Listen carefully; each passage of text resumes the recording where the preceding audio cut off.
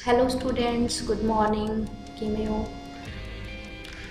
ਅੱਜ ਆਪਾਂ next session ਸ਼ੁਰੂ ਕਰਨ ਲੱਗੇ ਹਾਂ level 1 the, that is internet. ਤਾਂ ਇੰਟਰਨੈਟ ਦੀ ਇਸ ਦੇ ਵਿੱਚ ਥੋੜ੍ਹੀ ਜਿਹੀ ਤੁਹਾਨੂੰ ਇੰਟਰੋਡਕਸ਼ਨ ਹੋਵੇਗੀ ਐਂਡ ਇੰਟਰਨੈਟ ਕਨੈਕਸ਼ਨ ਕਿਵੇਂ ਇਸਟੈਬਲਿਸ਼ ਹੁੰਦਾ ਹੈ ਅਤੇ ਸਾਨੂੰ ਕਿਸ ਤਰ੍ਹਾਂ ਦੇ ਵੈਬ ਬਰਾਊਜ਼ਰ ਯੂਜ਼ ਕਰਨੇ ਚਾਹੀਦੇ ਡਿਊਰਿੰਗ ਇੰਟਰਨੈਟ ਕਨੈਕਸ਼ਨ। ਤਾਂ ਇਸ ਤਰ੍ਹਾਂ ਦੀ ਚੀਜ਼ਾਂ ਅਸੀਂ ਇਸ ਸੈਸ਼ਨ ਦੇ ਵਿੱਚ ਪੜ੍ਹਾਂਗੇ। ਹੁਣ ਮੈਂ ਉਹਦੀ ਥੋੜ੍ਹੀ ਜਿਹੀ ਤੁਹਾਨੂੰ ਆਪਦੇ ਵੱਲੋਂ ਇੰਟਰੋਡਕਸ਼ਨ ਦੇਵਾਂਗੀ ਵੀ ਇੰਟਰਨੈਟ ਹੁੰਦਾ ਕੀ ਹੈ। ਇਹ ਇੱਕ ਵੱਡਾ ਨੈਟਵਰਕ ਹੁੰਦਾ ਹੈ, ਜਿਵੇਂ ਅਸੀਂ ਨੈਟਵਰਕਿੰਗ ਪੜ੍ਹੀ ਸੀ ਪਹਿਲਾਂ, ਉਸ ਤਰ੍ਹਾਂ ਹੀ ਇੰਟਰਨੈਟ ਕੀ ਹੈ, ਇੱਕ ਵਾਈਡ ਏਰੀਆ ਨੈਟਵਰਕ ਹੈ ਜਿਹੜਾ ਕਿ ਸੰਸਾਰ ਦੇ ਵਿੱਚ ਵਰਤਿਆ ਜਾਂਦਾ ਹੈ। ਇਸ ਦੀ ਲੋੜ ਸਾਨੂੰ ਕਿਉਂ ਪਈ? ਕਿਉਂਕਿ ਇਹ ਬਹੁਤ ਹੀ ਫਾਸਟ ਨੈਟਵਰਕ ਹੈ। ਠੀਕ ਹੈ, ਅਸੀਂ ਜਿਹੜੇ ਲੋਕ ਸਾਡੇ ਤੋਂ ਬਹੁਤ ਦੂਰ ਨੇ ਜਾਂ ਕੋਈ ਕਿਸੇ ਹੋਰ ਦੇਸ਼ 'ਚ ਬੈਠਾ ਹੈ ਤਾਂ ਅਸੀਂ ਉਸ ਦੇ ਨਾਲ ਕਨੈਕਟ ਹੋ ਸਕਦੇ ਹਾਂ। ਤਾਂ ਕਨੈਕਟ ਜਦੋਂ ਅਸੀਂ ਹੋਵਾਂਗੇ ਉਹ ਅਸੀਂ ਇੰਟਰਨੈਟ ਨਾਲ ਹੀ ਹੋਵਾਂਗੇ। ਜਦੋਂ ਸਾਡੇ ਕੋਲ ਇੰਟਰਨੈਟ ਨਹੀਂ ਹੁੰਦਾ ਸੀ ਉਦੋਂ ਅਸੀਂ ਜੋ ਕਮਿਊਨੀਕੇਸ਼ਨ ਕਰਦੇ ਸੀ ਉਹ ਲੈਟਰਸ ਦੇ ਨਾਲ ਜਾਂ ਟੈਲੀਫੋਨ ਦੇ ਨਾਲ ਕਰਦੇ ਸੀ। ਬਟ ਇੰਟਰਨੈਟ ਨਾਲ ਸਾਨੂੰ ਇਹ ਚੀਜ਼ਾਂ ਦਾ ਤਾਂ ਫਾਇਦਾ ਹੋਇਆ ਹੀ ਹੋਇਆ ਹੈ, ਬਟ ਹੋਰ ਵੀ ਬਹੁਤ ਸਾਰੀ ਚੀਜ਼ਾਂ ਦਾ ਫਾਇਦਾ ਹੋਇਆ ਹੈ, ਜਿਸ ਦੇ ਵਿੱਚ ਪਹਿਲਾਂ ਆ ਜਾਂਦਾ ਹੈ ਸੂਚਨਾ ਦਾ ਆਦਾਨ ਪ੍ਰਦਾਨ। ਠੀਕ ਹੈ, ਅਸੀਂ ਸੂਚਨਾ ਨੂੰ ਕਿਵੇਂ ਇੱਕ ਐਕਸਚੇਂਜ ਕਰਦੇ ਹਾਂ ਬਾਹਰ ਬੈਠੇ ਲੋਕਾਂ ਦੇ ਨਾਲ। ਹੋਰ ਅਸੀਂ ਕੀ ਕਰ ਸਕਦੇ ਹਾਂ, ਅਸੀਂ ਇੰਟਰਨੈਟ ਦੀ ਵਰਤੋਂ ਕਰਕੇ ਅਸੀਂ ਆਪਣੇ ਰੋਜ਼ਾਨਾ ਦੇ ਟਾਸਕ ਕਰ ਸਕਦੇ ਹਾਂ। ਰੋਜ਼ਾਨਾ ਦੇ ਟਾਸਕ ਕਿਵੇਂ? ਅਗਰ ਕੋਈ ਪਰਸਨ ਨੌਕਰੀ ਲੱਭਣਾ ਚਾਹੁੰਦਾ ਹੈ ਤਾਂ ਉਹ ਨੌਕਰੀ ਲੱਭ ਸਕਦਾ ਹੈ ਇੰਟਰਨੈਟ ਦੇ ਉੱਤੇ ਸਰਚ ਕਰਕੇ। ਠੀਕ ਹੈ, ਹੋਰ ਕੀ ਕਰ ਸਕਦਾ ਹੈ? ਕਿਸੇ ਨੇ ਕੋਈ ਔਨਲਾਈਨ ਸਟੱਡੀ ਕਰਨੀ ਆ ਤਾਂ ਉਹ ਵੀ ਅਸੀਂ ਇੰਟਰਨੈਟ 'ਤੇ ਕਰ ਸਕਦੇ ਹਾਂ। ਜਿਵੇਂ ਹੁਣ ਲੋਕਡਾਊਨ ਚੱਲ ਰਿਹਾ ਤਾਂ ਮੈਂ ਵੀ ਤੁਹਾਨੂੰ ਇੰਟਰਨੈਟ ਦੀ ਹੈਲਪ 'ਤੇ ਹੀ ਤੁਹਾਨੂੰ ਪੜ੍ਹਾ ਰਹੀ ਹਾਂ ਅਤੇ ਤੁਹਾਨੂੰ ਇੱਦਾਂ ਹੀ ਫੀਲ ਹੋ ਰਿਹਾ ਕਿ ਤੁਸੀਂ ਇੱਕ ਆਪਣੀ ਔਨਲਾਈਨ ਕਲਾਸ ਲਗਾ ਰਹੇ ਹੋ। ਤਾਂ ਇਸ ਤਰ੍ਹਾਂ ਦੇ ਸਾਡੇ ਕੋਲ ਬਹੁਤ ਹੀ ਜ਼ਿਆਦਾ ਇੰਟਰਨੈਟ ਦੇ ਫਾਇਦੇ ਨੇ ਅਤੇ ਜੋ ਸਾਡੀ ਡੇਲੀ ਲਾਈਫ ਦੇ ਵਿੱਚ ਕੰਮ ਆਉਂਦੇ ਨੇ। ਠੀਕ ਹੈ, ਨੈਕਸਟ ਅਸੀਂ ਪੜ੍ਹਦੇ ਹਾਂ ਵੀ ਇੰਟਰਨੈਟ ਦੇ ਹੋਰ ਕੀ ਕੀ ਫਾਇਦੇ ਨੇ। ਜਿਵੇਂ ਫਸਟ ਹੈਗਾ, ਅਸੀਂ ਇਸ ਦੇ ਵਿੱਚ ਕੀ ਕਰਦੇ ਹਾਂ, ਆਪਣਾ ਮੈਸੇਜ ਭੇਜਦੇ ਹਾਂ ਲੋਕਾਂ ਨੂੰ। ਠੀਕ ਹੈ, ਜਦੋਂ ਅਸੀਂ ਇੰਟਰਨੈਟ 'ਤੇ ਆਪਣਾ ਮੈਸੇਜ ਲੋਕਾਂ ਨੂੰ ਭੇਜਦੇ ਹਾਂ ਤਾਂ ਉਹ ਮਿੰਟਾਂ ਸਕਿੰਟਾਂ ਦੇ ਵਿੱਚ ਦੂਸਰੇ ਪਰਸਨ ਕੋਲ ਪਹੁੰਚ ਜਾਂਦਾ ਹੈ। ਤਾਂ ਇਟ ਮੀਨਸ ਇਹ ਲੈਟਰਸ ਦੇ ਨਾਲੋਂ ਜ਼ਿਆਦਾ ਬੈਨੀਫਿਸ਼ੀਅਲ ਹੈ, ਕਿਉਂਕਿ ਕਈ ਵਾਰ ਕੋਈ ਐਮਰਜੈਂਸੀ ਹੁੰਦੀ ਹੈ, ਕੋਈ ਬਹੁਤ ਇੰਪੋਰਟੈਂਟ ਮੈਸੇਜ ਹੁੰਦਾ ਹੈ ਜੋ ਕਿ ਅਸੀਂ ਆਪਣੇ ਰਿਲੇਟਿਵਸ ਨੂੰ ਭੇਜਣਾ ਹੁੰਦਾ ਹੈ। ਉਸ ਤੋਂ ਬਾਅਦ ਅਸੀਂ ਕੋਈ ਵੀ ਚੱਲ ਰਹੇ ਇਵੈਂਟ ਜਾਂ ਤਾਜ਼ਾ ਜਾਣਕਾਰੀ ਬਾਰੇ ਅਸੀਂ ਇਸ ਦਾ ਫਾਇਦਾ ਚੱਕ ਸਕਦੇ ਹਾਂ। ਠੀਕ ਹੈ, ਜਿਵੇਂ ਕੋਈ ਬਰਨਿੰਗ ਇਸ਼ੂ ਹੈ ਜਾਂ ਕੋਈ ਬ੍ਰੇਕਿੰਗ ਨਿਊਜ਼ ਚੱਲ ਰਹੀ ਹੈ ਤਾਂ ਅਸੀਂ ਇੰਟਰਨੈਟ ਦੀ ਹੈਲਪ 'ਤੇ ਉਸ ਨੂੰ ਦੇਖ ਸਕਦੇ ਹਾਂ। ਕਿਉਂਕਿ ਜਦੋਂ ਵੀ ਤੁਸੀਂ ਗੂਗਲ 'ਤੇ ਸਰਚ ਕਰੋਗੇ ਟੂਡੇਜ਼ ਬ੍ਰੇਕਿੰਗ ਨਿਊਜ਼, ਠੀਕ ਹੈ, ਤਾਂ ਉਹ ਅੱਜ ਦੀਆਂ ਜਿਹੜੀਆਂ ਵੀ ਬ੍ਰੇਕਿੰਗ ਨਿਊਜ਼ਸ ਹੋਣਗੀਆਂ ਉਹ ਤੁਹਾਨੂੰ ਸਾਰੀਆਂ ਡਿਸਪਲੇ ਕਰ ਦੇਗਾ। ਇਸ ਤੋਂ ਇਲਾਵਾ ਤੁਸੀਂ ਕੋਈ ਵੀ ਇਸ ਦੇ ਉੱਤੇ ਟੌਪਿਕ ਦੀ ਸਰਚ ਕਰ ਸਕਦੇ ਹੋ। ਠੀਕ ਹੈ, ਟੌਪਿਕ ਜਿਵੇਂ ਕਿ ਤੁਹਾਨੇ ਕੰਪਿਊਟਰ ਦੀ ਹਿਸਟਰੀ ਬਾਰੇ ਪਤਾ ਕਰਨਾ ਹੈ ਕਿ ਕੰਪਿਊਟਰ ਦੀ ਹਿਸਟਰੀ ਕੀ ਹੁੰਦੀ ਹੈ ਤਾਂ ਤੁਸੀਂ ਇੰਟਰਨੈਟ ਦੀ ਹੈਲਪ ਲੈ ਕੇ ਕਿਸੇ ਵੀ ਟੌਪਿਕ ਦੀ ਜਾਂ ਇੰਟਰਨੈਟ ਦੀ ਹਿਸਟਰੀ ਬਾਰੇ ਪਤਾ ਕਰ ਸਕਦੇ ਹੋ। ਤਾਂ it is a very useful for the students, like ਜਦੋਂ ਉਹਨਾਂ ਨੇ ਕੋਈ ਅਸਾਈਨਮੈਂਟ ਬਣਾਉਣੀ ਹੁੰਦੀ ਹੈ ਫॉर ਹਿਸਟਰੀ ਜਾਂ ਕੋਈ ਜੀਓਗ੍ਰਾਫੀ ਦੀ, ਤਾਂ ਉਹ ਇੰਟਰਨੈਟ ਦੀ ਹੈਲਪ 'ਤੇ ਬਹੁਤ ਕੁਛ ਲੱਭ ਸਕਦੇ ਨੇ ਅਤੇ ਆਪਣੀ ਨੌਲੇਜ ਨੂੰ ਵੀ ਇਨਹਾਂਸ ਕਰ ਸਕਦੇ ਨੇ। ਉਸ ਤੋਂ ਬਾਅਦ ਅਗਰ ਤੁਸੀਂ ਕਿਸੇ ਕੋਰਸ ਦੇ ਵਿੱਚ ਐਡਮਿਸ਼ਨ ਲੈਣਾ ਚਾਹੁੰਦੇ ਹੋ ਤਾਂ ਤੁਸੀਂ ਇੰਟਰਨੈਟ ਦੇ ਹੀ ਉੱਪਰ ਰਜਿਸਟ੍ਰੇਸ਼ਨ ਕਰ ਸਕਦੇ ਹੋ ਅਤੇ ਜਦੋਂ ਤੁਹਾਡਾ ਕੋਰਸ ਪੂਰਾ ਹੁੰਦਾ ਹੈ ਤਾਂ ਤੁਸੀਂ ਉਸ ਦਾ ਸਰਟੀਫਿਕੇਟ ਵੀ ਲੈ ਸਕਦੇ ਹੋ। ਤਾਂ ਅਸੀਂ ਔਨਲਾਈਨ ਬੈਠ ਕੇ ਹੀ ਘਰ ਕੋਈ ਵੀ ਇੰਟਰਨੈਟ 'ਤੇ ਕੋਰਸ ਕਰ ਸਕਦੇ ਹਾਂ, ਜੋ ਕਿ ਸਾਡੀ ਇੱਕ ਸਫਲਤਾ ਦੀ ਸੀੜੀ ਮੰਨਿਆ ਜਾ ਸਕਦਾ ਹੈ। ਠੀਕ ਹੈ, ਮੋਰਓਵਰ ਅਸੀਂ ਇਸ ਦੇ ਵਿੱਚ ਹੋਰ ਕੀ ਕਰ ਸਕਦੇ ਹਾਂ, ਮਨੋਰੰਜਨ ਕਰ ਸਕਦੇ ਹਾਂ। ਠੀਕ ਹੈ, ਮਨੋਰੰਜਨ ਕਿਵੇਂ? ਜਦੋਂ ਅਸੀਂ ਕੋਈ ਚੀਜ਼ ਤੋਂ ਬੋਰ ਹੋ ਗਏ ਤਾਂ ਅਸੀਂ ਐਂਟਰਟੇਨਮੈਂਟ ਭਾਲਦੇ ਹਾਂ, ਤਾਂ ਅਸੀਂ ਐਂਟਰਟੇਨਮੈਂਟ ਲਈ ਇੰਟਰਨੈਟ ਦੇ ਉੱਤੇ ਸੰਗੀਤ ਸੁਣ ਸਕਦੇ ਹਾਂ, ਗੇਮਾਂ ਖੇਡ ਸਕਦੇ ਹਾਂ। ਠੀਕ ਹੈ, ਕੋਈ ਮੂਵੀਜ਼ ਦੇਖ ਸਕਦੇ ਹਾਂ ਜਾਂ ਕੋਈ ਤਸਵੀਰਾਂ ਨੂੰ ਸ਼ੇਅਰ ਕਰ ਸਕਦੇ ਹਾਂ। It means it is also source of the entertainment. ਠੀਕ ਹੈ,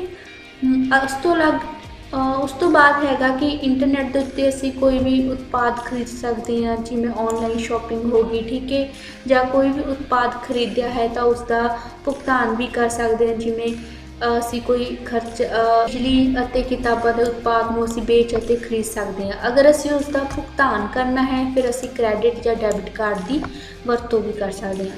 ਨੈਕਸਟ ਬਟ ਨੋਟ ਲੀਸਟ ਬਹੁਤ ਹੀ ਇੰਪੋਰਟੈਂਟ ਹੈ ਬੈਂਕਾਂ ਦੀਆਂ ਟ੍ਰਾਂਜੈਕਸ਼ਨਸ। ਠੀਕ ਹੈ, ਅਸੀਂ ਇੰਟਰਨੈਟ ਦੇ ਉੱਤੇ ਬੈਂਕ ਦੀ ਟ੍ਰਾਂਜੈਕਸ਼ਨ ਕਰ ਸਕਦੇ ਹਾਂ, ਕਿਉਂਕਿ ਹੁਣ ਅਗਰ ਇਸ ਟਾਈਮ ਦੀ ਗੱਲ ਕਰੀਏ ਤਾਂ ਬਹੁਤ ਸਾਰੇ ਲੋਕ ਜਿਵੇਂ ਕਿ ਗੂਗਲ ਪੇ, ਪੇਟੀਐਮ, ਠੀਕ ਹੈ, ਭੀਮ ਪੇ, ਬਹੁਤ ਸਾਰੀਆਂ ਇੱਦਾਂ ਦੀਆਂ ਐਪਲੀਕੇਸ਼ਨਸ ਨੇ ਜਿਨ੍ਹਾਂ ਨੂੰ ਯੂਜ਼ ਕਰਦੇ ਨੇ ਅਤੇ ਔਨਲਾਈਨ ਪੇਮੈਂਟ ਕਰਦੇ ਨੇ, ਕਿਉਂਕਿ ਇਹ ਇੱਕ ਤਾਂ ਡਿਜੀਟਲ ਮਨੀ ਹੋ ਗਈ ਅਤੇ ਸਾਨੂੰ ਕਿਤੇ ਆਉਣ ਜਾਣ ਦੀ ਲੋੜ ਨਹੀਂ, ਅਸੀਂ 2 ਮਿੰਟ ਦੇ ਵਿੱਚ ਕਿਸੇ ਦੇ ਵੀ ਅਕਾਊਂਟ 'ਚ ਮਨੀ ਟ੍ਰਾਂਸਫਰ ਕਰ ਸਕਦੇ ਹਾਂ। ਤਾਂ ਇਹ ਵੀ ਇੰਟਰਨੈਟ ਦਾ ਬਹੁਤ ਵੱਡਾ ਫਾਇਦਾ ਹੈ, ਕਿਉਂਕਿ ਜੇ ਇੰਟਰਨੈਟ ਨਹੀਂ ਹੋਏਗਾ ਤਾਂ ਅਸੀਂ ਟ੍ਰਾਂਜੈਕਸ਼ਨ ਨਹੀਂ ਕਰ ਪਾਵਾਂਗੇ। ਠੀਕ ਹੈ, ਉਸ ਤੋਂ ਇਲਾਵਾ ਇੰਟਰਨੈਟ ਕਨੈਕਸ਼ਨ ਜਦੋਂ ਸਾਨੂੰ ਚਾਹੀਦਾ ਹੈ ਤਾਂ ਉਸ ਦੇ ਲਈ ਸਾਨੂੰ ਕੀ ਜ਼ਰੂਰਤਾਂ ਨੇ। ਜਦੋਂ ਅਸੀਂ ਆਪਣੇ ਘਰ ਇੰਟਰਨੈਟ ਕਨੈਕਸ਼ਨ ਲਗਵਾਉਣਾ ਹੈ ਤਾਂ ਸਾਨੂੰ ਕਿਹੜੀ ਚੀਜ਼ ਦੀ ਲੋੜ ਪਵੇਗੀ। ਤਾਂ ਫਸਟ ਆ ਜਾਂਦਾ ਹੈ ਸਾਡੇ ਕੋਲ ਕੰਪਿਊਟਿੰਗ ਡਿਵਾਈਸ ਹੋਣੀ ਚਾਹੀਦੀ ਹੈ। ਕੰਪਿਊਟਿੰਗ ਡਿਵਾਈਸ ਜਿਵੇਂ ਕਿ ਸਾਡਾ ਕੰਪਿਊਟਰ ਹੋ ਗਿਆ, ਸਾਡੇ ਕੋਲ ਫੋਨ ਆ ਜਾਂ ਲੈਪਟਾਪ ਆ ਜਾਂ ਟੈਬਲੇਟ ਆ, ਠੀਕ ਹੈ, ਜੇ ਸਾਡਾ ਪਰਸਨਲ ਕੰਪਿਊਟਰ, ਇਹਦੇ ਵਿੱਚ ਕੁਝ ਵੀ ਹੋ ਸਕਦਾ ਹੈ। ਉਸ ਤੋਂ ਬਾਅਦ ਸਾਡੇ ਕੋਲ ਇੱਕ ਇੰਟਰਨੈਟ ਦਾ ਕਨੈਕਸ਼ਨ ਹੋਣਾ ਚਾਹੀਦਾ ਹੈ। ਉਸ ਤੋਂ ਬਾਅਦ ਇੱਕ ਇੰਟਰਨੈਟ ਸਰਵਿਸ ਪ੍ਰੋਵਾਈਡਰ ਹੋਣਾ ਚਾਹੀਦਾ ਹੈ। ਠੀਕ ਹੈ, ਇੰਟਰਨੈਟ ਕਨੈਕਸ਼ਨ ਤਾਂ ਆਪਾਂ ਸਮਝ ਗਏ, ਬਟ ਇੰਟਰਨੈਟ ਸਰਵਿਸ ਪ੍ਰੋਵਾਈਡਰ ਕੀ ਹੁੰਦਾ ਹੈ, ਜਿਸ ਨੂੰ ਅਸੀਂ ਸ਼ਾਰਟ ਦੇ ਵਿੱਚ ISP ਵੀ ਕਹਿੰਦੇ ਹਾਂ। ISP ਹੁੰਦਾ ਹੈ ਜਿਸ ਕੰਪਨੀ ਦਾ ਅਸੀਂ ਇੰਟਰਨੈਟ ਲੈ ਰਹੇ ਹਾਂ ਉਸ ਨੂੰ ਇੰਟਰਨੈਟ ਸਰਵਿਸ ਪ੍ਰੋਵਾਈਡਰ ਕਹਿੰਦੇ ਹਾਂ, ਜਿਵੇਂ ਜੀਓ ਹੋ ਗਿਆ, ਏਅਰਟੈਲ ਹੋ ਗਿਆ, BSNL ਹੋ ਗਿਆ। ਠੀਕ ਹੈ, ਇੱਦਾਂ ਦੇ ਕੁਝ ਵੀ ਹੋ ਸਕਦੇ ਨੇ। ਉਸ ਤੋਂ ਬਾਅਦ ਸਾਨੂੰ ਹੋਰ ਕੀ ਲੋੜ ਹੈ, ਇੱਕ ਡਿਵਾਈਸ ਦੀ ਲੋੜ ਹੈ ਜਿਸ ਨੂੰ ਅਸੀਂ ਮੋਡਮ ਕਹਿੰਦੇ ਹਾਂ। ਉਸ ਤੋਂ ਬਾਅਦ ਅਗਰ ਅਸੀਂ ਕੋਈ ਇੰਟਰਨੈਟ ਕਨੈਕਸ਼ਨ ਲਗਵਾ ਰਹੇ ਹਾਂ ਤਾਂ ਸਾਨੂੰ ਮੋਡਮ ਦੀ ਵੀ ਲੋੜ ਹੈ। ਮੋਡਮ ਕੀ ਹੁੰਦਾ ਹੈ, ਜੋ ਕਿ ਐਨਾਲੌਗ ਸਿਗਨਲਸ ਨੂੰ ਡਿਜੀਟਲ 'ਚ ਕਨਵਰਟ ਕਰਦਾ ਹੈ ਅਤੇ ਡਿਜੀਟਲ ਨੂੰ ਐਨਾਲੌਗ ਦੇ ਵਿੱਚ। ਅਤੇ ਇੱਕ ਹੋਰ ਇਸ ਦੇ ਵਿੱਚ ਥੋੜ੍ਹੀ ਨੌਲੇਜ ਨੂੰ ਹੋਰ ਐਡ ਕਰੂੰਗੀ ਮੈਂ। ਜੋ ਮੋਡਮ ਹੈ ਇਹ ਇਨਪੁਟ ਆਊਟਪੁੱਟ ਡਿਵਾਈਸਿਸ ਹੈ। ਠੀਕ ਹੈ, ਇਹ ਇਨਪੁਟ ਵੀ ਹੈ ਐਂਡ ਆਊਟਪੁੱਟ ਵੀ ਹੈ, ਕਿਉਂਕਿ ਇੱਕ ਟਾਈਮ 'ਤੇ ਇਹ ਟੈਲੀਫੋਨ ਤੋਂ ਡਾਟਾ ਟਰਾਂਸਫਰ ਕਰਦਾ ਹੈ ਅਤੇ ਦੂਜੇ ਟਾਈਮ ਤੋਂ ਕੰਪਿਊਟਰ ਦੇ ਵਿੱਚੋਂ ਇਸ ਦਾ ਡਾਟਾ ਟਰਾਂਸਫਰ ਹੁੰਦਾ ਹੈ। ਨੈਕਸਟ ਅਗਰ ਹੋਰ ਅਸੀਂ ਗੱਲ ਕਰੀਏ ਤਾਂ ਸਾਡੇ ਕੋਲ ਦੂਜਾ ਆ ਜਾਂਦਾ ਹੈ ਵਾਇਰਲੈਸ। ਕਈ ਵਾਰ ਅਸੀਂ ਵਾਇਰਲੈਸ ਵੀ ਇੰਟਰਨੈਟ ਯੂਜ਼ ਕਰਦੇ ਹਾਂ। ਅਗਰ ਸਾਡਾ ਜੋ ਮੋਡਮ ਹੈ ਉਹ ਵਾਈਫਾਈ ਨੂੰ ਵੀ ਮਤਲਬ ਵਾਈਫਾਈ ਉਸ ਦੇ ਵਿੱਚ ਆਪਸ਼ਨ ਹੈ ਤਾਂ ਅਸੀਂ ਆਪਣਾ ਵਾਈਫਾਈ ਵੀ ਯੂਜ਼ ਕਰ ਸਕਦੇ ਹਾਂ। ਤਾਂ ਇੱਥੇ ਜੋ ਯਾਦ ਰੱਖਣ ਵਾਲੀ ਗੱਲ ਹੈ ਕਿ ਵਾਈਫਾਈ ਦੀ ਫੁੱਲ ਫਾਰਮ ਕੀ ਹੈ, ਵਾਇਰਲੈਸ ਫਿਡੇਲਿਟੀ। ਠੀਕ, ਨੈਕਸਟ ਜੋ ਟੌਪਿਕ ਹੈ ਉਹ ਹੈ ਬੈਂਡਵਿਡਥ। ਠੀਕ ਹੈ, ਬੈਂਡਵਿਡਥ ਕੀ ਹੁੰਦੀ ਹੈ, ਜਦੋਂ ਅਸੀਂ ਡਾਟਾ ਦੇਖਣਾ ਗਾ ਵੀ ਸਾਡਾ ਕਿੰਨਾ ਡਾਟਾ ਟਰਾਂਸਮਿਟ ਹੋ ਰਿਹਾ ਹੈ ਤਾਂ ਉਸ ਨੂੰ ਅਸੀਂ ਕੀ ਕਹਿੰਦੇ ਹਾਂ, ਬੈਂਡਵਿਡਥ ਕਹਿੰਦੇ ਹਾਂ। ਵੀ ਇੱਕ ਟਾਈਮ ਦੇ ਵਿੱਚ ਕਿੰਨਾ ਸਾਡਾ ਡਾਟਾ ਟਰਾਂਸਮਿਟ ਹੋ ਰਿਹਾ ਹੈ। ਜਿਵੇਂ ਅਸੀਂ ਪਾਣੀ ਦੀ ਗੱਲ ਕਰੀਏ, ਇਹਨਾਂ ਨੇ ਇੱਥੇ ਪਾਣੀ ਦੀ ਐਗਜ਼ਾਮਪਲ ਲਿੱਤੀ ਹੈ। ਜਿਹੜੀ ਪਾਣੀ ਦੀ ਮਾਤਰਾ ਹੁੰਦੀ ਹੈ ਉਹ ਉਸ ਦੀ ਚੌੜਾਈ 'ਤੇ ਨਿਰਭਰ ਕਰਦੀ ਹੈ। ਅਗਰ ਥੋੜ੍ਹੀ ਜਿਹੀ ਜਗ੍ਹਾ ਤੋਂ ਪਾਣੀ ਜਾ ਰਿਹਾ ਹੈ ਤਾਂ ਉਸਨੇ ਓਨਾ ਹੀ ਰੂਪ ਲੈ ਲੈਣਾ ਹੈ। ਅਗਰ ਉਹ ਕਾਫੀ ਵੱਡੀ ਜਗ੍ਹਾ ਤੋਂ ਨਿਕਲ ਰਿਹਾ ਹੈ ਤਾਂ ਉਸਨੇ ਓਨਾ ਹੀ ਰੂਪ ਲੈ ਲੈਣਾ ਹੈ। ਉਵੇਂ ਹੀ ਸਾਡੀ ਬੈਂਡਵਿਡਥ ਹੁੰਦੀ ਹੈ। ਠੀਕ ਹੈ, ਜੋ ਬੈਂਡਵਿਡਥ ਹੁੰਦੀ ਹੈ ਇਸ ਨੂੰ ਆਪਾਂ Mbps ਦੇ ਨਾਲ ਮਾਪਦੇ ਹਾਂ ਜਾਂ kbps ਦੇ ਨਾਲ ਮਾਪਦੇ ਹਾਂ। Mbps ਦਾ ਪੂਰਾ ਨਾਮ ਹੁੰਦਾ ਹੈ ਮੈਗਾ ਬਿਟਸ ਪਰ ਸੈਕਿੰਡ, ਵੀ 1 ਸੈਕਿੰਡ ਦੇ ਵਿੱਚ ਸਾਡੀ ਕਿੰਨੀਆਂ ਬਿਟਸ ਜਾ ਰਹੀਆਂ ਨੇ। ਅਤੇ ਉਸ ਤੋਂ ਜੋ ਨੀਚੇ ਲੋਅਰ ਲੈਵਲ ਹੈ ਉਹ ਹੈ kbps, ਜਿਹਨੂੰ ਅਸੀਂ ਕਿਲੋਬਾਈਟਸ ਪਰ ਸੈਕਿੰਡਸ ਕਹਿੰਦੇ ਹਾਂ। ਅਗਰ ਸਪੀਡ Mbps 'ਚ ਆ ਰਹੀ ਹੈ ਤਾਂ ਬਹੁਤ ਅੱਛੀ ਹੈ, ਔਰ ਨਹੀਂ ਤਾਂ ਲੋਅਰ ਦੇ ਵਿੱਚ kbps ਦੇ ਵਿੱਚ ਆਏ। ਜਦੋਂ ਅਗਰ ਸਾਡੇ ਨੈਟਵਰਕ ਦੀ ਸਪੀਡ ਜੋ ਹੈ ਉਹ 1 Mbps ਹੋਵੇ ਤਾਂ ਇਹਦਾ ਮਤਲਬ ਹੁੰਦਾ ਹੈ 1 MB ਡਾਟਾ 1 ਸੈਕਿੰਡ ਦੇ ਵਿੱਚ ਟਰਾਂਸਮਿਟ ਹੋ ਰਿਹਾ ਹੈ।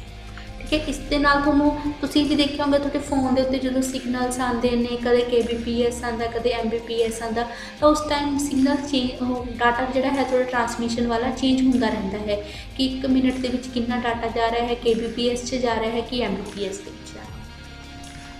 ਨੈਕਸਟ ਹੈ ਸਾਡੇ ਕੋਲ ਇੰਟਰਨੈਟ ਬਰਾਊਜ਼ਰ। ਜਦੋਂ ਅਸੀਂ ਇੰਟਰਨੈਟ ਚਲਾਉਣਾ ਹੈ ਤਾਂ ਅਸੀਂ ਕਿਸ ਤਰ੍ਹਾਂ ਦੇ ਬਰਾਊਜ਼ਰ ਦੀ ਵਰਤੋਂ ਕਰ ਸਕਦੇ ਹਾਂ, ਜਿਵੇਂ ਕਿ ਅਸੀਂ ਗੂਗਲ ਕ੍ਰੋਮ ਚਲਾ ਸਕਦੇ ਹਾਂ, ਇਹ ਵੀ ਇੱਕ ਵੈਬ ਬਰਾਊਜ਼ਰ ਹੈ, ਜਾਂ ਮੋਜ਼ੀਲਾ ਫਾਇਰਫੌਕਸ ਹੋ ਗਿਆ, ਸਫਾਰੀ ਹੋ ਗਿਆ, ਓਪੇਰਾ ਹੋ ਗਿਆ।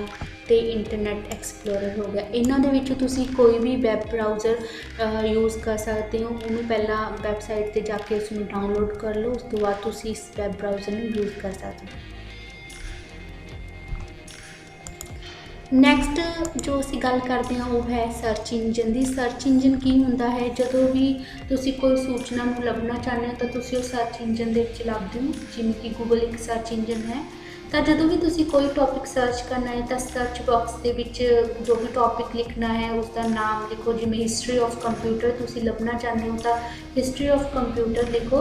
ਉਸ ਤੋਂ ਬਾਅਦ ਸਰਚ ਬਟਨ 'ਤੇ ਕਲਿੱਕ ਕਰੋਗੇ ਤਾਂ ਤੁਹਾਡੇ ਕੋਲ ਨੰਬਰ ਆਫ ਲਿੰਕਸ ਓਪਨ ਹੋ ਜਾਣਗੇ, ਜਿਸ ਦੇ ਵਿੱਚ ਤੁਸੀਂ ਹਿਸਟਰੀ ਆਫ ਕੰਪਿਊਟਰ ਨੂੰ ਲੱਭ ਸਕਦੇ ਹੋ। ਨੈਕਸਟ ਉਰੇ ਕੁਛ ਟਿਪਸ ਦਿੱਤੀਆਂ ਹੋਈਆਂ ਨੇ ਕਿ ਤੁਸੀਂ ਇੱਕ ਟੈਕਸਟ ਨੂੰ ਕਿਵੇਂ ਲੱਭ ਸਕਦੇ ਹੋ।